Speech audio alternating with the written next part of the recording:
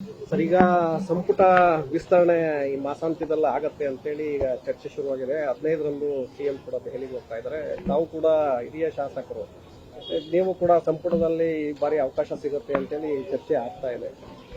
ಸಂಪುಟ ವಿಸ್ತರಣೆ ಊಹಾಪೋಹ ಕೇಳಿದ್ದೀನಿ. ಯಾರು ಅಥೆಂಟಿಕ್ ಆಗಿ ನಮ್ಮ ಪಕ್ಷದ ಅಧ್ಯಕ್ಷರು ಕೂಡ ಮಾತನಾಡಿಲ್ಲ. ನಮ್ಮ CLP ನಾಯಕರಾದಂಥ ಸನ್ಮಾನ್ಯ ಮುಖ್ಯಮಂತ್ರಿ ಸಿದ್ದರಾಮಯ್ಯನವರು ಕೂಡ ಮಾತನಾಡಿಲ್ಲ. AICC ಅಧ್ಯಕ್ಷರು ಕೂಡ ಮಾತನಾಡಿಲ್ಲ. ಅಥೆಂಟಿಕ್ ಆಗಿ ನಮ್ಮ ಪಕ್ಷದ ಯಾರು ಮುಖಂಡರು ಕೂಡ ಮಾತನಾಡಿಲ್ಲ. ಚರ್ಚೆ ಊಹಾಪೋಹ ಸುದ್ದಿನಿಂದ ನಾವು ಹೇಳ್ಬೋದು.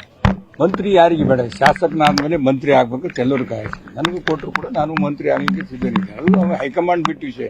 ನಾವು ಮಂತ್ರಿ ಆಗ್ಬೇಕಂದ್ರೆ ಆಗ್ತದ? ನಮ್ಮ ಹೈಕಮಾಂಡ್ ಒಂದು ಪದ್ಧತಿ ಇದೆ, ಒಂದು ಶಿಸ್ತಿದೆ. ಆ ಶಿಸ್ತಿನ ಮೇಲೆ ಕ್ಯಾಬಿನೆಟ್ ಸಂಪುಟ ವಿಸ್ತರಣೆ ಆಗ್ತದೆ. ಎಲ್ಲರೂ ಕೇಳಲಿಕ್ಕೆ ಅಧಿಕಾರ ಇದೆ, ಎಲ್ಲರೂ ಕೇಳ್ತಾರೆ, ಆಕಾಂಕ್ಷಿಗಳು ಇರಬಹುದು. ಆದರೆ ಇನ್ನೂ ನಮ್ಮ ಹೈಕಮಾಂಡ್ ಯಾವುದೇ ರೀತಿಯಿಂದ ನಿರ್ಧಾರ ಮಾಡಿಲ್ಲ. 15ನೇ ತಾರೀಕು ಹೋಗ್ತಕ್ಕಂಥದ್ದು ಅದು ಪರ್ಸನಲ್ ವಿಷಯಕ್ಕೆ ಹೋಗ್ತೀನಿ ಅಂತ ಹೇಳಿದ್ದಾರೆ ಅವರು. ಯಾಕೆ ಹೋಗ್ತೀನಿ ಅಂತಲೂ ಹೇಳಿದ್ದಾರೆ ಅವರು. ಆ ವಿಷಯದ ಬಗ್ಗೆ ತಾವು ಮುಖ್ಯಮಂತ್ರಿಗೆ ಭೇಟಿ ಆಯ್ತೀರಿ, ಅವ್ರಿಗೆ ಕೇಳಬಹುದು. ಇಲ್ಲ, ಈಗಾಗಲೇ ಹಿಂದೆ ಹೇಳಿದ್ದಾರೆ ಸರ್, ಮುಖ್ಯಮಂತ್ರಿಗಳು ಹೇಳಿದ್ದಾರೆ ಸಂಪುಟ ಪುನರ್ರಚನೆ ಮಾಡ್ತೀವಿ. ಸಮಯ ನಿಗದಿ ಆಗಿಲ್ಲ, ಆಗ್ಬಹುದು.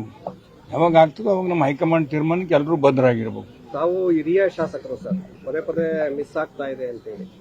ನಾನು ವಿಧಾನ ಪರಿಷತ್ ಸದಸ್ಯನಾಗಿ, ಮಂಡಲ ಪಂಚಾಯಿತಿ ಅಧ್ಯಕ್ಷನಾಗಿ, ಜಿಲ್ಲಾ ಪಂಚಾಯಿತಿ ಅಧ್ಯಕ್ಷನಾಗಿ, ಜಿಲ್ಲಾ ಕಾಂಗ್ರೆಸ್ ಅಧ್ಯಕ್ಷನಾಗಿ, ವಿಧಾನ ಪರಿಷತ್ ಸದಸ್ಯನಾಗಿ, ಶಾಸಕನಾಗಿ ಆಯ್ಕೆ. ರಾಜಕಾರಣದಲ್ಲಿದ್ದವರು ಎಲ್ಲರಿಗೂ ಸಹಜ ಆಸೆ ಇರ್ತಕ್ಕಂಥದ್ದು. ಆದರೆ ಅದು ಹೈಕಮಾಂಡ್ ಮೇಲೆ ಬಿಟ್ಟಿರ್ತಾರೆ.